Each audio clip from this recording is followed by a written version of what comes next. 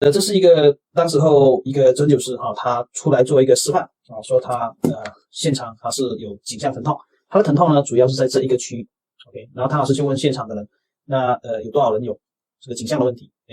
好，一些人举手，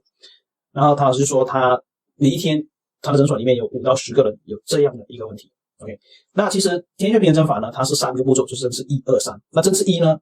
老师一问他的时候呢，他说这一边其实老师心里已经知道了这边有什么经络比如说这边呢，现在我们可以看到的就是这个胆经涉及到，然后还有这个三焦经这边是胆经三焦经，然后下面就是小肠经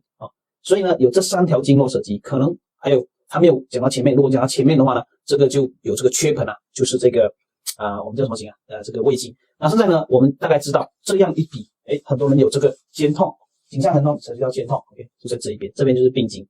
除了看病经以外，针刺1除了找病经以外呢，我们还找病变的部位。比如说，在病变部位是在这一边，到这一边就是这边到这边就有不一样的长度。如果上来这一边的话，病变部位是看到吗？这个 level 到这个 level 到这个 level 是不一样，所以这个不一样的 level， 这个病变部位的